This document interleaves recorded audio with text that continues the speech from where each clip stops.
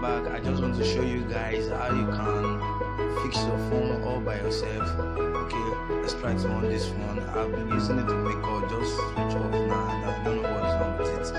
Trying to on it, trying to press the power button, not still on it. What could be the fault? Let's go straight. Firstly, this is the trick. Just take the razor blade, you see it, just try to scratch it. This method works for even Android phone, smartphone that have battery connected, most especially all the small phone. It works for almost all phones. Just try to do this. Then let's see back. See, that's on. Can you see it?